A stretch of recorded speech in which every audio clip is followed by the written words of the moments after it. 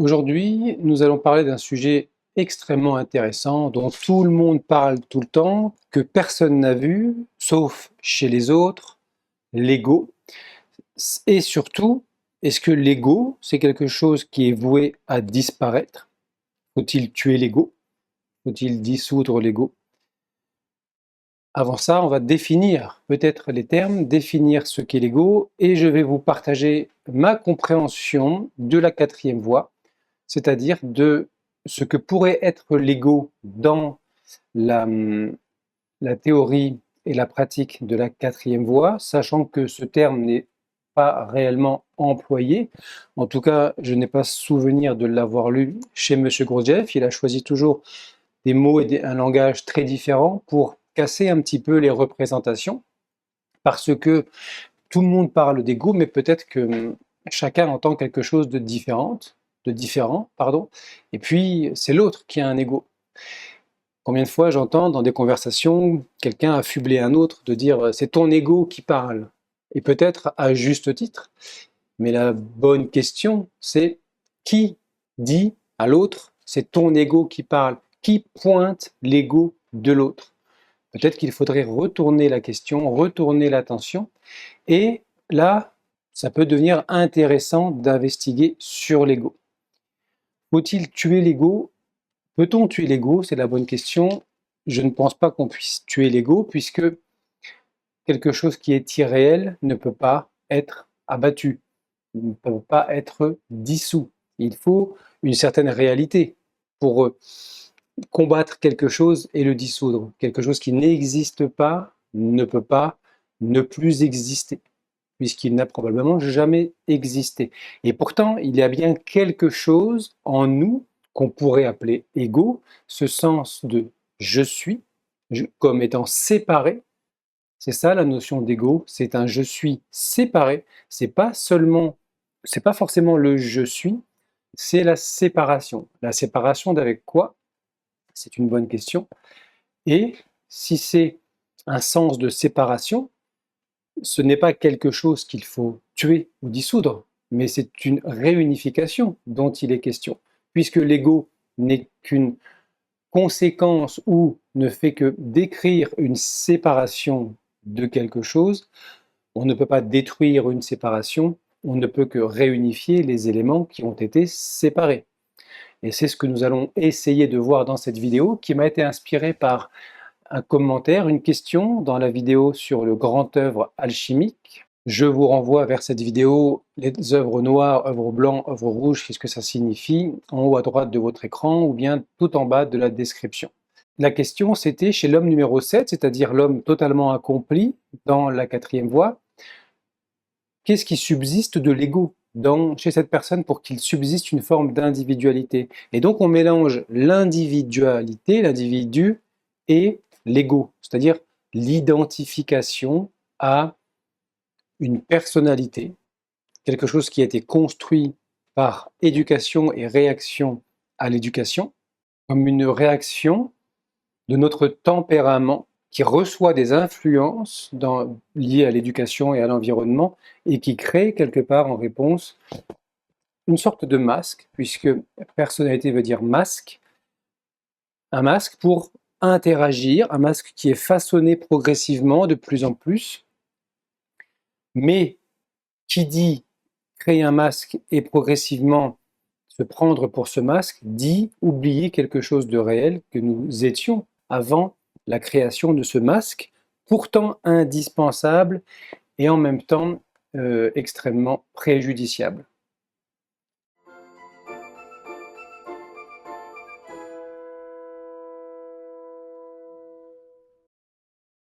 Bonjour à toutes et à tous, bienvenue dans cette nouvelle vidéo. J'aimerais commencer par vous partager une vidéo de Jean Bouchard d'Orval, un tout petit extrait que j'avais gardé depuis très longtemps. Je connais depuis très longtemps cet individu, cet homme, et puis je n'avais jamais vraiment écouté ou jamais lu. Et j'ai été assez agréablement surpris en regardant un bout de vidéo, donc je me l'étais gardé.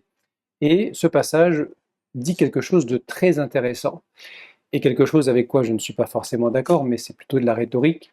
mais il dit quelque chose d'extrêmement intéressant qui, pour moi, pointe exactement ce qu'est l'ego.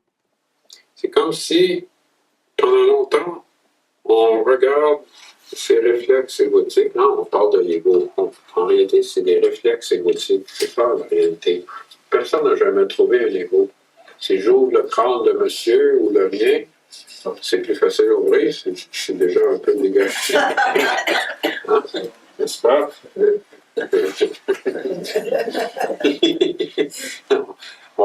Nulle part on va trouver un ego. Nulle part. C'est des réflexes égotiques, tout simplement, des habitudes prises.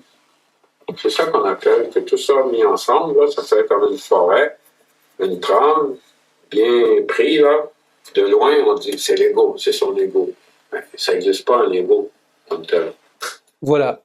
Je pense, en fait, qu'il a tout dit par rapport à ça. Et hormis le fait que, effectivement, si on ouvre le crâne de quelqu'un, on n'y trouvera pas un ego, mais on ne trouvera pas non plus des pensées, de l'attention, de la concentration. Et pourtant, vous en faites l'expérience. Si on ouvre la poitrine de quelqu'un, on n'y trouvera pas de compassion. Et pourtant, il y a sûrement des gens qui éprouvent de la compassion, qui éprouvent de l'amour, et on ne trouvera pas de traces. Même si aujourd'hui, on essaye de tout expliquer par certaines choses, comme les neurosciences, par exemple, et que, puisque ce sont des zones qui s'activent, on considère que c'est la source de l'amour, de la compassion, de ceci, de cela, de l'attention. Aujourd'hui, on a peut-être compris que le cerveau n'est pas forcément l'émetteur, il est peut-être aussi le récepteur, et peut-être plus récepteur qu'émetteur. Et j'ai écouté une émission très intéressante d'un neuroscientifique qui dénonçait ce qu'il appelle des bullshit neuroscientifiques, avec la vulgarisation. Aujourd'hui, tout le monde ne jure que par les neurosciences et c'est une forme de religion. Et il y a même des gens qui m'ont dit, tiens, il n'a pas fait évoluer sa formation en parlant de quelqu'un d'autre. Il n'a pas intégré les neurosciences.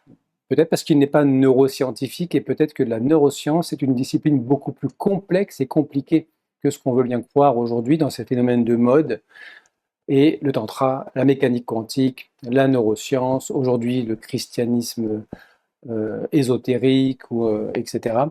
Bien qu'il y ait un fond derrière à chaque fois, mais c'est tellement galvaudé que c'est des choses auxquelles on gagnerait à ne pas s'intéresser ou alors à approfondir véritablement.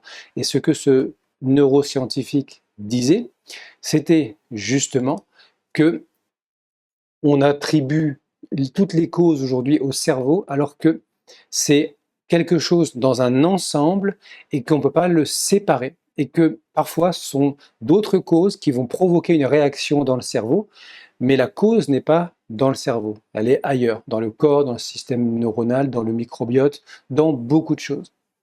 Et donc, et c'est exactement ce que disait M. Gurdjieff, on ne peut pas étudier un élément si on le sépare de l'ensemble auquel il appartient. On ne peut pas étudier le cerveau réellement si on l'exclut, on le sépare de l'ensemble, tout l'organisme avec toute sa complexité. En fait, on ne sait pas grand-chose sur le corps, sur le cerveau, sur son fonctionnement. Il y a néanmoins des choses que l'on sait, et en tout cas, il y a une connaissance qui nous a été transmise depuis des temps extrêmement reculés, qui explique avec beaucoup de pertinence et qui demande à vérifier par l'expérimentation ce qui est expliqué. Mettre au feu de l'expérience et de la pratique ces connaissances pour les faire siennes et pour vérifier qu'elles sont vraies. Et c'est ce qu'on va essayer de faire aujourd'hui. Parce que souvent on tombe dans deux écueils. Soit je favorise l'expérience et je dénigre le savoir, la connaissance, je développe un aspect, mais je ne développe pas l'autre aspect. Peut-être parce que je ne suis pas à l'aise dedans. Donc je préfère fuir plutôt que de m'intéresser et creuser. Ou alors, je m'intéresse beaucoup trop à la connaissance et je crois que le savoir va m'apporter une libération, un éveil, alors que l'éveil n'est ni dans le savoir, ni dans l'expérience, mais dans la conciliation des deux. Savoir et être, disait M. Gurdjieff. M. Gurdjieff, fondateur de la 4e voie dont il est question sur cette chaîne. Je vous renvoie sur cette vidéo si vous voulez voir de quoi on parle. Je ne peux pas définir à chaque fois, à chaque vidéo, les mêmes choses. Si vous voulez approfondir ce que je vais dire là, je vous renvoie vers la série F, dans laquelle vous verrez la première vidéo en haut à droite de votre écran. C'est une playlist. Et ensuite, vous pouvez regarder toute la série où on va décortiquer vraiment beaucoup plus en avant tout ça. Ici, on va utiliser ça pour tenter de définir, si on peut définir, ce que serait un ego. Jean Bouchard d'Orval nous dit deux choses extrêmement importantes. La première, c'est si vous regardez longtemps, pendant longtemps, donc ça demande une observation fine, répétée, continue, et sur un temps suffisamment long pour commencer à observer ce fonctionnement. Si on fait ça, ce que M. Gurdjieff appelle l'observation de soi, ce qui nécessite une certaine capacité de présence et donc de désidentification de tous ces schémas, sinon je ne peux pas les observer. Mais le simple fait que je sois parfois capable de les observer, d'observer cet ego, prouve que ce n'est pas ce que je suis. Et il dit que ce sont des réflexes. Je ne sais plus exactement, des réflexes, des habitudes, des modes de fonctionnement qui, justement, par réaction à l'environnement, aux influences extérieures, les parents, les frères, les sœurs, les amis, les enseignants, le monde extérieur, viennent provoquer des réactions, réactions qui se répètent puisque l'instinct aime ce qui est connu, parce que le connu a fonctionné une fois, donc deux fois, trois fois, quatre fois, donc on part du principe inconsciemment que ça va fonctionner tout le temps. Et ça peut nous mettre dans des situations où, même si on a envie de changer, ce qui contrôle en nous n'a absolument pas envie de changer, parce que le connu, c'est la sécurité, et l'inconnu, c'est l'insécurité. Et donc, quelque chose en nous, qui est plus fort que nous, va toujours préférer le connu, même s'il fait mal, même s'il produit des souffrances et des catastrophes autour de moi, à l'inconnu, parce que l'inconnu, c'est l'insécurité, et l'insécurité, c'est la mort, tout simplement. Donc, il est nécessaire d'équilibrer la connaissance et l'expérience réelle. L'expérience, c'est pas l'expérience en tant que charpentier ou en tant qu'éducateur ou qu'enseignant, c'est la mise en application des enseignements, de la connaissance réelle, c'est la connaissance de l'être humain, de son état et de ses possibilités réelles, et surtout des moyens d'y arriver.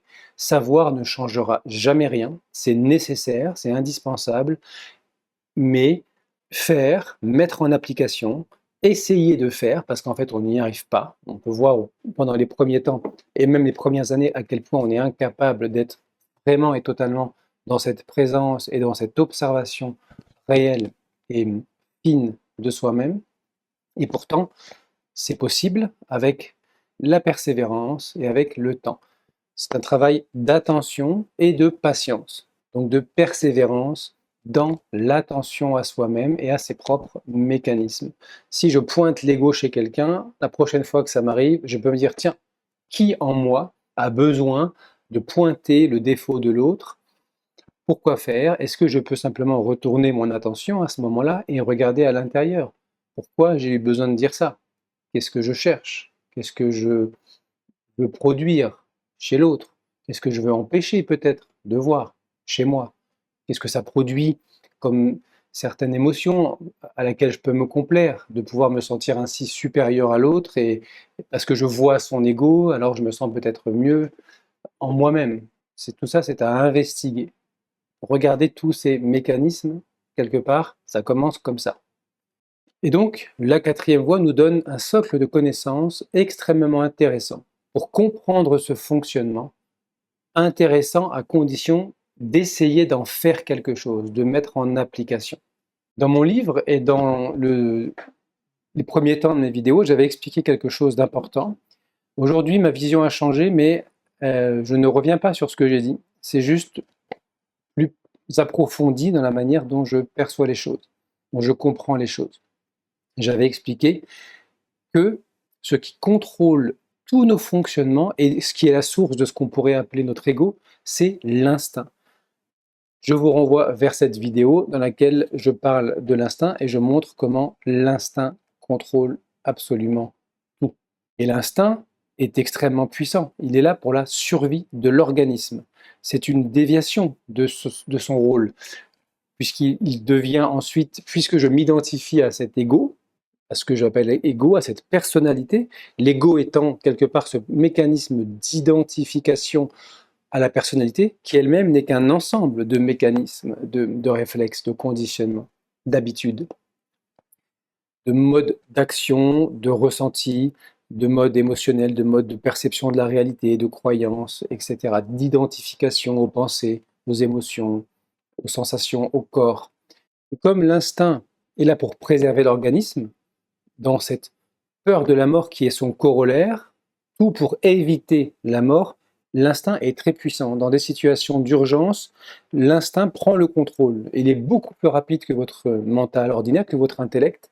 Donc, il a la capacité de prendre le contrôle dans des situations où vous êtes en danger, vous n'avez pas encore eu le temps de réaliser, de comprendre, de réfléchir, que déjà vous avez agi. Quelque chose en vous a agi. Je suppose que vous êtes nombreux à avoir déjà fait au moins une fois, voire plusieurs fois, cette expérience.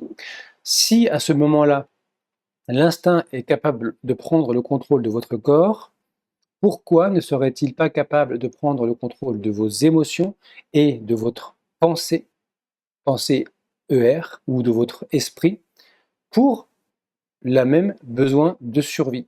Et comme l'ego n'existe pas, on va le voir, il se sent constamment menacé, notamment par les relations avec les autres, eh bien, l'instinct est constamment sollicité. Et l'instinct a, comme un arbre qui fait ses racines et puis des petites radicelles partout, l'instinct s'est propagé dans tout le fonctionnement de notre psychisme, de notre psyché, et il en a pris de cette manière le contrôle.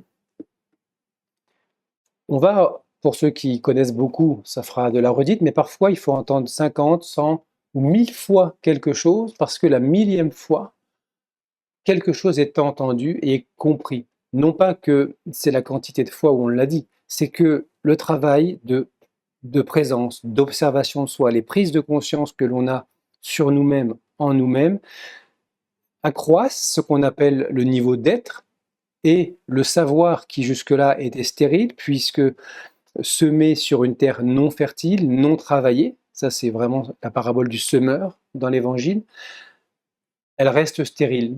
Le mental croit qu'il a compris, parce qu'il a conceptuellement compris, mais il n'a pas entendu, parce qu'il n'a pas les oreilles pour entendre.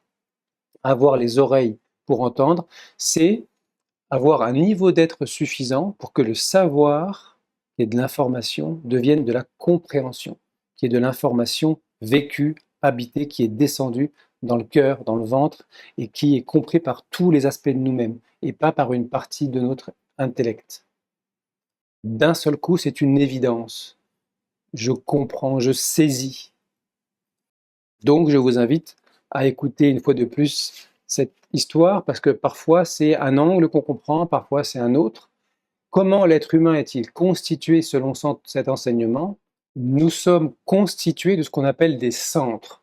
Ces centres sont ce qui gouverne toutes les fonctions dont nous sommes capables, et nous sommes constitués de 7 centres. 7 centres, ça peut faire référence au système psychocorporel énergétique des chakras. Et il y a un lien d'analogie. On ne peut pas forcément faire une identité, mais de toute façon, il y a clairement des liens. Et vous allez le voir pourquoi déjà, rien qu'avec la fonction du centre sexuel. Donc, 7 centres, un centre sexuel qui gère notamment la reproduction.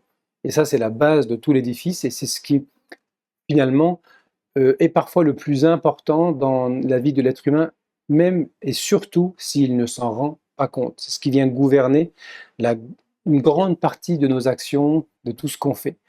Évidemment, c'est 99% du temps inconscient. Et ça, c'est bien ça le problème. Le centre sexuel a une particularité, c'est qu'il a 2 étages.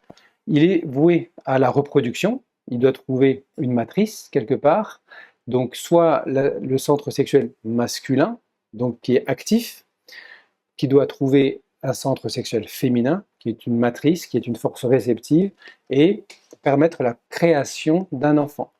Ou alors, cette énergie sexuelle, elle peut monter le long de tous les centres, jusqu'à ce qu'on appelle les centres supérieurs, et là, elle participe à l'évolution spirituelle de l'individu, et notamment à ce qu'on appelle la cristallisation intérieure. Je vous renvoie sur les autres vidéos si vous voulez approfondir.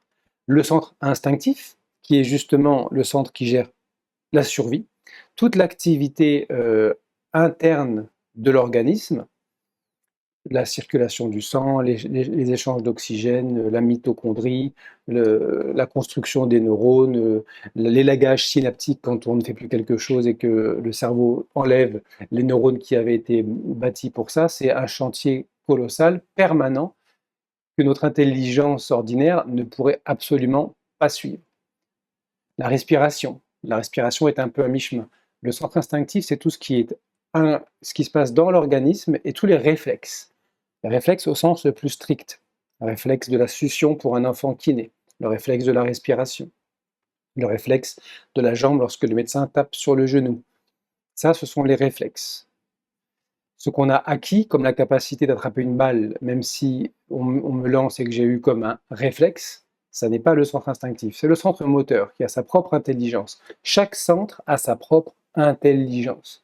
Il y a donc déjà 7 intelligences en nous qui ont des objectifs parfois très différents. Ça crée une cacophonie à l'intérieur puisque ces centres ne sont pas unifiés. Et notamment les centres inférieurs, c'est là tout le problème. Centre moteur, centre émotionnel, centre intellectuel. Centre moteur, c'est le centre du mouvement. C'est le mouvement et c'est aussi les mémoires physiques, ce qu'on pourrait appeler aujourd'hui les engrammes. Centre émotionnel, lié aux émotions, aux sentiments. Centre intellectuel, lié à toute l'activité cognitive, au sens large. Je l'ai développé dans la playlist dont j'ai parlé tout à l'heure. Si vous voulez approfondir, vous pouvez vous y référer. Et ensuite, des centres supérieurs, qui sont la vie la plus intérieure de l'être humain. La vie émotionnelle la plus pure, la plus profonde, la source des sentiments réels, alors que dans la 4e voie, on distingue les émotions, centre émotionnel, des émotions grossières d'ailleurs, qui ne devraient même pas vraiment exister, qui sont liées à un mauvais fonctionnement des centres, et des émotions moins grossières, qu'on pourrait qualifier de normales, bien que la norme aujourd'hui, c'est le dysfonctionnement, et ce sont les émotions grossières, l'avidité, la jalousie, l'envie, l'anxiété, etc. Le centre intellectuel, les pensées, la capacité d'attention, de concentration, et alors que le centre intellectuel supérieur, c'est le centre d'une vision objective de la réalité, voir la création à partir presque de l'œil du créateur, voir ses lois à l'œuvre, voir son fonctionnement, voir les principes spirituels supérieurs. C'est une vision radicalement différente, on pourrait dire totalement transcendante de la réalité. Ces centres ne sont pas accessibles, même si on a l'impression, parce que souvent l'ego, qu'il existe ou pas, on va le définir, nous raconte des histoires, nous racontons des histoires sur nous-mêmes pour ne pas voir notre état pitoyable de division intérieure, de multiplicité des différents petits moi qui habitent cet organisme que je crois être un. Alexandra David-Néel, je vous renvoie sur cette vidéo si vous voulez découvrir un petit peu le personnage. Une grande dame qui a première occidentale à aller au Tibet et à vivre longtemps à Dharamsala. Elle disait que nous étions un parlement avec différentes petites voix qui s'élèvent et qui prennent des décisions, tantôt par des alliances, tantôt par quelqu'un qui s'impose. Et tout ça, ça se passe en fonction des influences extérieures. Puisque toute notre enfance a été une constante adaptation aux influences extérieures, c'est comme ça que nous sommes conditionnés, et c'est ce que nous continuons à faire jusqu'à la fin de notre vie, sauf à entreprendre un travail de réalisation intérieure, un travail d'éveil intérieur et de libération. Ce sont deux choses différentes, l'éveil et la libération. On en parlera peut-être ultérieurement. L'éveil apporte une désidentification de l'ego, mais l'ego est toujours en fonctionnement. La libération amène non pas une dissolution de l'ego, on peut le dire comme ça de manière rhétorique, mais plutôt une libération totale. Mon enseignant, lorsque je lui posais la question de la différence, me disait l'éveil, le chien est mis à distance, mais il est toujours là. Et il faut toujours se méfier. La libération, le chien n'est plus là. C'est pour ça qu'on appelle ça libération. Et éveil, c'est parce que on s'est désidentifié du chien, l'ego, et on le voit. Et on sait déjouer ces manifestations, ces manipulations. Même si on a tort de le personnifier. On va voir pourquoi. Donc le grand problème de l'être humain, c'est le déséquilibre des centres. Ces trois centres dits inférieurs, moteur, émotionnel et intellectuel, ne sont pas développés correctement. Il y en a un qui est toujours hypertrophié, un qui est complètement réprimé et un qui est pris entre deux feux et qui n'est pas forcément atrophié, mais qui est moyennement développé et utilisé souvent contraint par le centre dominant. Par exemple, mon centre émotionnel est très développé et je vais utiliser le centre intellectuel pour justifier mes émotions, rationaliser et expliquer pourquoi j'ai eu raison d'avoir cette explosion de colère. C'est un exemple très rapide comme ça, mais c'est beaucoup plus complexe que ça. Ça peut aller beaucoup plus loin que ça. Donc voilà, détailler, un petit peu plus détaillé les trois centres. Je ne vais pas trop entrer dans le détail, je l'ai fait un grand nombre de fois, mais simplement on réunit toujours le centre instinctivo-moteur parce qu'ils travaillent toujours de concert. C'est comme une médaille avec deux pièces. Le centre instinctif, tout ce qui est le travail interne de l'organisme, le centre moteur, le travail externe de l'organisme, le centre émotionnel et le centre intellectuel, tout ce qui gère les processus mentaux. Ça, ce sont les fonctions qui sont associées à chacun des centres. Chaque centre vient commander une fonction. Ce qu'il faut comprendre, c'est que tout est fractal et que ces centres eux-mêmes, ces trois centres, se divisent eux-mêmes en trois sous-parties. Le centre instinctivo-moteur se divise en trois sous-parties, le centre émotionnel se divise en trois sous-parties, le centre intellectuel se divise en trois sous-parties. C'est ce que j'appelle par souci de clarté les sous-centres, mais ce sont des sous-parties d'un centre. L'aspect le plus important, et là ça vient vraiment expliquer, on entre dans le vif du sujet et on commence à expliquer ce que peut bien être ce qu'on appelle ego. Est-ce que l'ego peut disparaître ou pas? Non, parce qu'il n'existe pas, parce que, comme le dit Jean Bouchard d'Orval, ce ne sont que des réflexes égotiques, des mécanismes égotiques.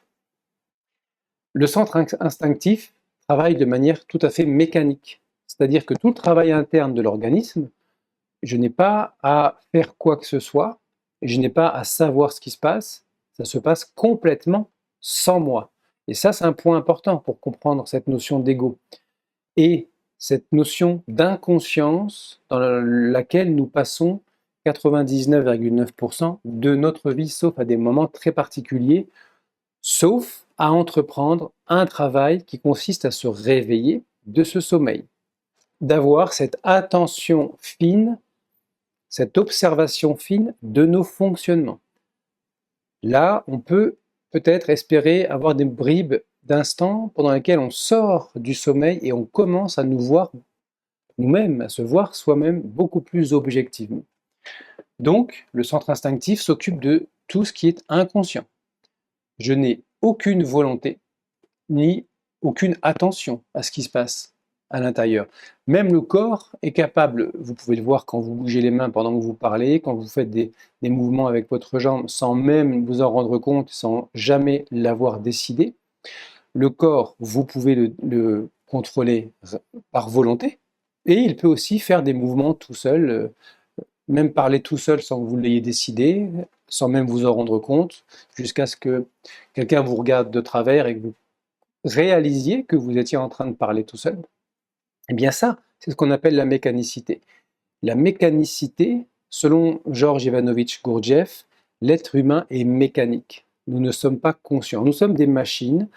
Nous obéissons à cette rencontre entre les influences extérieures, telle situation, telle parole, telle personne que je rencontre, et ces réflexes qui ont été rodés et polis depuis des années, des dizaines d'années, des décennies pour une grande partie d'entre nous, pour la majorité de ceux qui regardent ce genre de vidéos, des décennies, même si on a l'impression de faire un travail de ceci, de tantra ou de choses, d'expérience personnelle, même là, 99% des gens sont dans une forme de contournement spirituel, bâtissent un nouvel ego, qui existe encore moins, l'ego spirituel, pour mieux éviter de travailler sur leur véritable ego, c'est-à-dire sur ces mécanismes. Pourquoi? Parce que ces mécanismes reposent sur des blessures profondes et sur des peurs archaïques extrêmement profonde, complètement inconsciente, et tout est fait pour m'éviter d'aller rencontrer ça. J'ai créé quelque part tout ça pour m'éviter d'aller voir ce qui me terrifie à l'intérieur. Dès que je suis un être humain incarné et conscient de la naissance, de la vie et de la mort, je dois faire face à ces peurs et je les recouvre, et je peux les recouvrir avec des pratiques spirituelles qui vont m'occuper, qui vont m'empêcher de regarder vraiment à l'intérieur, et ça s'appelle le contournement spirituel. Donc l'instinct a besoin de prendre le contrôle quand l'organisme est en danger et de court-circuiter les autres centres pour agir et ensuite laisser l'émotion arriver, la pensée, la compréhension de ce qui se passe, le choc. Mais souvent, j'ai déjà agi avant d'avoir des émotions et avant de comprendre ce qui se passait. Parce que les centres ne fonctionnent pas à la même vitesse. Ce n'est pas le sujet de la vidéo, mais ça explique pourquoi cela est possible. Et ça peut se vérifier, hein. Je vous renvoie sur la série, la playlist sur Ouspensky. Ça s'explique et ça se vérifie de manière concrète. Il y a des exemples concrets qui montrent cette différence de vitesse des centres. Le centre émotionnel, c'est le centre du désir. Donc là, le centre émotionnel, il y a la notion de volonté dedans. Parce que je peux lire un livre qui me demande normalement un effort, mais si je suis passionné, si j'ai beaucoup d'intérêt dans ce livre, si ça me nourrit, je vais avoir une capacité d'attention, plutôt d'attention très forte, mais pas de volonté, parce que ça se fait tout seul, par la force du désir. C'est le désir qui m'emmène, c'est le désir qui me permet de rester concentré sur l'émission que je suis en train de regarder, sur le film que je suis en train de regarder. J'ai donc une attention, mais elle est mue, elle est portée par le désir. Je n'ai pas besoin de volonté. D'ailleurs, quand on désire très fort quelque chose, on est prêt à beaucoup de choses pour l'avoir. Et le centre intellectuel, lui, demande, c'est le siège de l'attention, de la concentration, de la capacité de faire certains efforts intellectuels. Ça demande de l'attention, mais ce ne sont pas forcément des sujets qui me passionnent, donc j'ai besoin de soutenir par mes propres efforts cette attention. Si je lis un traité de médecine, et qu'au bout d'une ligne, je pense à autre chose, si je ne fais pas un effort pour revenir, pour me mettre dedans, puis pour y rester, je vais rester sur la première ligne, la première page. Je vais avoir du mal. Si je n'ai pas la capacité de volonté, de concentration volontaire, je ne peux jamais faire et lire, apprendre des choses qui ne m'excitent pas, mais que j'ai pourtant besoin d'apprendre, ou qu'une partie de moi a besoin d'avoir pour avoir telle connaissance, tel diplôme et tel métier, ou tout un tas d'autres choses dans l'existence. J'ai besoin de cette capacité de faire un effort volontaire d'attention. Ici, pour le centre instinctif, il n'y a aucun effort, aucune attention, tout se fait tout seul, sans moi, sans même que j'ai mon mot à dire. Je ne pourrais même pas l'arrêter si j'avais envie, les battements de mon cœur, etc. Même la respiration, puisqu'elle est à mi-chemin entre le centre instinctif et le centre moteur, je peux décider de l'arrêter. Mais combien de temps je vais tenir? Là, c'est une manière de voir comment le centre instinctif reprend le contrôle. J'arrête ma respiration. Je vous déconseille de jouer avec la respiration. C'est un exemple, c'est un mauvais exemple, mais par exemple, essayez de ne pas cligner des yeux pendant 3 minutes, de ne pas déglutir pendant 3 minutes. Vous allez voir comment ça se manifeste quand le centre instinctif reprend le contrôle. Vous déglutissez, parfois sans même vous en rendre compte. Vous clignez des yeux sans l'avoir décidé, et s'il n'y a pas quelqu'un en face de vous qui vous dit « là, tu as cligné des yeux », je ne m'en rends peut-être même pas compte. Ni volonté, ni attention dans ce centre instinctif. C'est facile à vérifier pour le corps. C'est beaucoup plus difficile à voir et à vérifier pour l'aspect émotionnel et l'aspect intellectuel. Pourquoi? Parce que chaque centre est divisé en 3 sous-parties. Une partie qui est motrice, instinctivo-motrice, et donc mécanique, puisque le centre instinctif agit seul, mécaniquement, sans mon attention, sans ma volonté, donc sans ma conscience. Une partie émotionnelle, dans laquelle j'ai beaucoup d'attention, mais je n'ai pas vraiment de volonté. J'ai de l'attention parce que je ressens par exemple un certain plaisir à faire ce mouvement, donc je vais continuer à le faire, je le fais volontairement, mais comme j'aime beaucoup le faire, je ne fais pas un effort de volonté. Alors que si j'apprends à conduire alors que je déteste ça, j'ai besoin de faire un gros effort de volonté. Et une partie intellectuelle qui demande de l'attention et de la volonté. Par exemple, apprendre un nouvel art, apprendre le tai chi, avec mon corps, au début, c'est parfois très laborieux, puisque j'ai besoin de faire intervenir l'intellect, c'est la partie intellectuelle, jusqu'à ce que le corps ait mémorisé, puisque c'est les mémoires physiques. Quand le corps a mémorisé le mouvement, ça devient plus facile. Si je ne le pratique pas, il peut l'oublier. Donc, la partie intellectuelle, j'en ai besoin pour, par exemple, l'apprentissage d'une nouvelle discipline, apprendre à conduire. J'ai besoin de transmettre l'information à mon corps de ce qu'il doit faire, ce qui me rend très inefficace en règle générale. Puis quand le corps a mémorisé, comme il est beaucoup plus rapide, le centre moteur est beaucoup plus rapide que le centre intellectuel, eh bien le corps peut faire de manière plus fluide et la conduite devient beaucoup plus fluide. Je peux même conduire en pensant à autre chose, en parlant à quelqu'un d'autre, malheureusement en regardant mon téléphone, alors que dans les premiers temps où j'apprends à conduire, je dois mobiliser toute mon attention, toute ma concentration. Et là, on touche au point le plus important. Puisque l'instinct se sent en charge de la survie de cette personnalité que j'ai construite parce que je m'identifie à cette personnalité, on va voir comment ça se passe, eh bien l'instinct, grâce aux parties mécaniques, prend le contrôle majoritairement de mon corps, de l'aspect émotionnel et de toutes mes réactions émotionnelles et du centre intellectuel et de toutes mes croyances auxquelles je m'identifie, ce qui explique la polarisation, par exemple, du débat politique, du débat scientifique, du débat du dimanche midi en famille. Cette polarisation, très à gauche, très à droite, très pour, très contre, c'est la marque de la partie mécanique du centre intellectuel.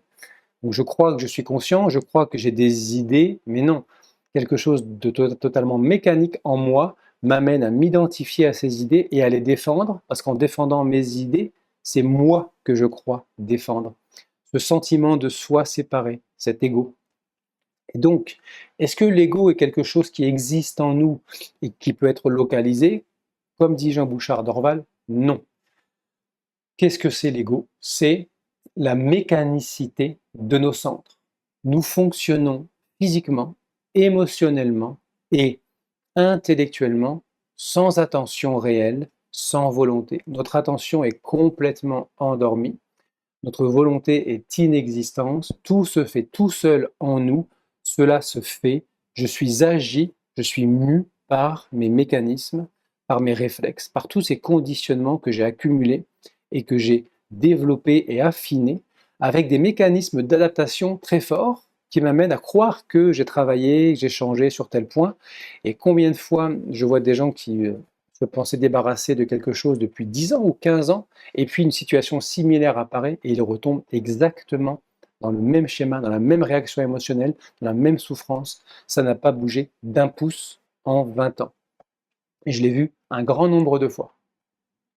Donc l'ego, c'est ce fonctionnement déséquilibré des centres et cet assoupissement de notre attention. Nous ne sommes pas là pendant que nous parlons, nous ne sommes pas vraiment là pendant que nous écoutons, nous ne sommes pas vraiment là à observer en présence ces émotions qui nous traversent, ces pensées qui nous traversent, ces fonctionnements qui émergent de quelque part en réaction à une influence extérieure, une situation, une parole déplacée, un compliment. Je ne suis qu'une marionnette agitée par des fils qui ne font que donner des ordres en fonction des réactions du public, du monde extérieur et surtout des autres. C'est ce qui explique que la clé de la quatrième voie, c'est le travail de rappel de soi, de retour à soi-même, de reconnexion à ce que je suis ici et maintenant, non pas je parle, mais je suis là, totalement présent à moi-même, en train de parler. Je suis là, totalement présent à moi-même, en train de bouger les mains pendant que je parle. Je suis là, totalement présent à moi-même quand une émotion émerge et que je la laisse venir, que je l'accueille, que je ne résiste pas, que je l'observe. Je suis là quand des pensées me traversent, des idées arrivent que j'ai besoin de défendre. Et Quand je suis là, je sors de la partie motrice ou mécanique, dans laquelle il n'y a ni attention ni volonté, pour entrer dans la partie intellectuelle de chaque centre, dans laquelle il y a de l'attention, une capacité d'attention, maintenue par une volonté. Il est intéressant de faire intervenir progressivement cette partie émotionnelle, mais ça ne peut se faire que progressivement. J'ai besoin de chercher, comme dit Georges de Maleville, qui, je ne retrouve pas la citation, mais je l'ai déjà donnée plusieurs fois, implique une pleine conscience du corps, une conscience du sentiment et une conscience de la pensée réunifiées en même temps. Ce travail de conscience implique de travailler sur la conscience du corps, la conscience des émotions et la conscience des pensées, l'attention, une capacité d'attention qui n'est pas du tout commune à celle dont on a l'habitude, à celle que l'on connaît et qu'on a l'habitude de pratiquer. C'est plutôt ce qu'on pourrait appeler une division de l'attention. Je fais quelque chose et en même temps, j'ai une flèche d'attention qui revient vers moi, ici et maintenant, en train de m'éprouver, en train de faire ce que je fais. C'est complexe, ça ne peut que s'expérimenter, ça ne peut que se toucher. Alors, lorsque je me retrouve dans ces parties mécaniques des centres, l'ego, si on peut le nommer ainsi, est aux manettes, il prend le contrôle. Mais si je suis ici, dans les parties intellectuelles des centres, il n'y a pas d'ego, puisque je suis libéré à ce moment-là, même si c'est pour 15 secondes, de tous ces schémas, de tous ces réflexes conditionnés. Pourquoi? Parce que la mécanicité, c'est l'absence de conscience, donc d'attention et de volonté. Donc, là où je mets de la conscience, de l'attention et de la volonté, il n'y a plus de mécanicité.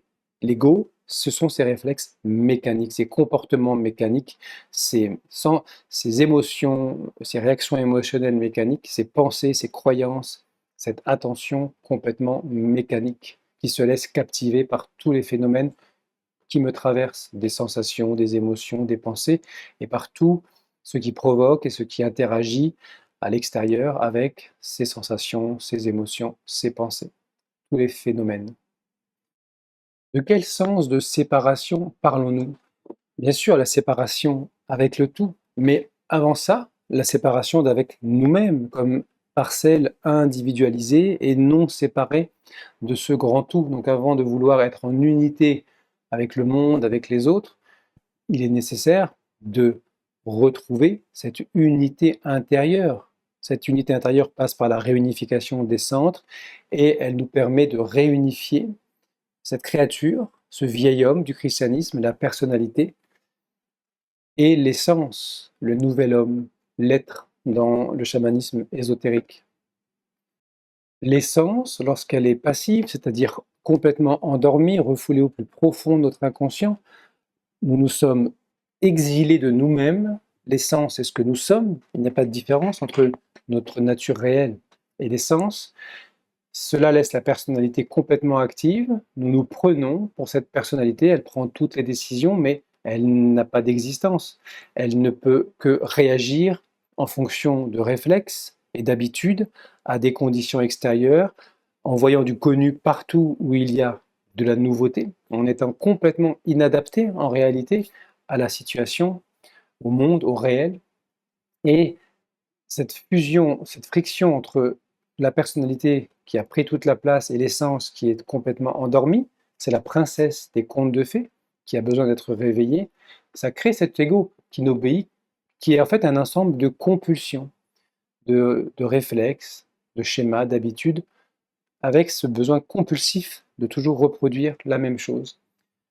Le réveil de cette essence, le réveil de la princesse endormie, remet la personnalité à sa place, elle ne disparaît pas, elle devient le serviteur, elle n'est plus le maître, et ça, c'est ce qui permet l'émergence de la conscience. Et c'est aussi donc c'est cultiver la conscience de soi dans sa vie extérieure, dans toutes nos activités, progressivement, c'est ce qui va permettre de remettre les polarités de faire basculer ces polarités, de réveiller cette essence endormie progressivement, qui nous donne de plus en plus de liberté par rapport à la personnalité, par rapport à ses fonctionnements, plus d'attention et donc plus de volonté, et donc un véritable libre arbitre. Ici, je n'ai aucune liberté, je ne fais que réagir complètement automatiquement, je ne décide de rien. Ici, je commence à être capable de faire, nous dit M. Gurdjieff. Je commence à avoir un véritable libre arbitre et un véritable destin. Ici, comment un bateau qui n'a pas de capitaine, qui est livré aux marins qui se disputent la barre, et au courant et au vent, comment ce bateau pourrait-il avoir une destination? Il n'a pas de destination, donc de destin. Remarquez la sonorité qui concorde entre destin et destination. Un bateau qui a un capitaine qui met chaque marin à sa place, il ne se débarrasse pas des marins, il les remet à sa place, à leur place, pour faire leur travail. Chaque centre est remis à sa place et fonctionne sous l'impulsion du capitaine, la conscience, l'attention et la volonté. Et cet équipage-là a un destin. La conscience agit, elle nous guide. Nous devenons le serviteur de la conscience qui nous guide par impulsion. Là où l'ego ne fait qu'imiter finalement mécaniquement cette impulsion par la compulsion. La compulsion nous oblige, l'impulsion nous invite. Elle nous propose. Et le serviteur ne va pas désobéir puisqu'il sert avec amour, puisque là est son intérêt le plus profond. Parce que ce qui se joue, c'est bien retrouver notre identité originelle, cet espace de présence, de conscience que nous sommes et que nous devrions être de toute éternité, mais duquel nous nous sommes exilés.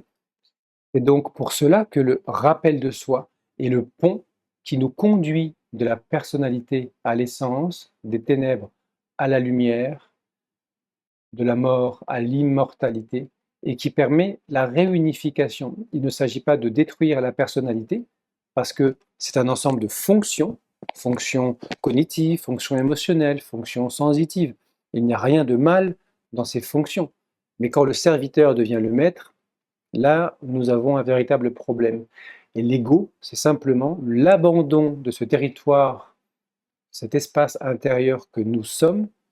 Nous nous exilons et nous laissons la personnalité, ce bateau, avec tout un tas de fonctions extraordinaires, à la merci de tous ces mécanismes complètement inadaptés, mais extrêmement bien rodés, qui finalement ne veulent pas laisser la place, puisque ces mécanismes sont mus par l'instinct, et que l'instinct a la capacité de prendre le contrôle de toute la structure, de tout le bateau, de tous les marins, mais il ne peut pas prendre le contrôle du capitaine, puisque le capitaine, c'est ce qui vient finalement dissoudre l'ego, puisque le fonctionnement instinctif suppose une absence de conscience, d'attention et de volonté pour pouvoir se manifester, l'émergence de la conscience, avec ses deux attributs principaux, l'attention et la volonté. En tout cas, dans ce référentiel-là, il y a évidemment de nombreuses facettes à cette conscience. Là, c'est juste pour parler de ce que ego signifie et de ce que notre véritable identité signifie. Là où le rappel de soi produit l'émergence de prise de conscience, là où la conscience se lève, les mécanismes ne peuvent plus se manifester.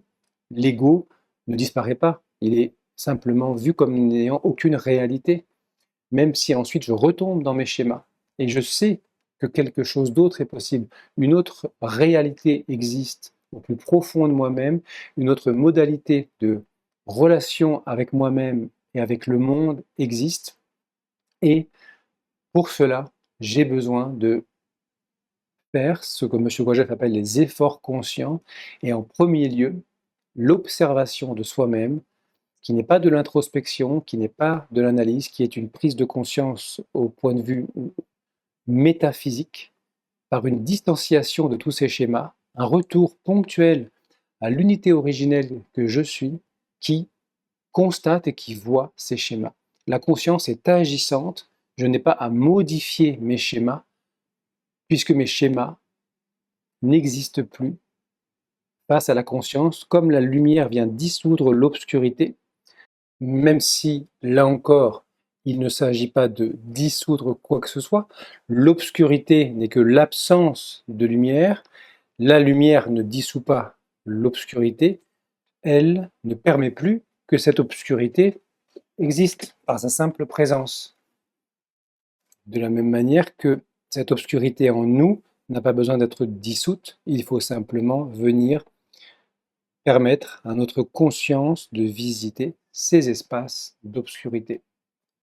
Et donc, de cette manière, la conscience vient révéler l'inexistence de l'ego et me libère, même momentanément, de mes schémas complètement mécaniques.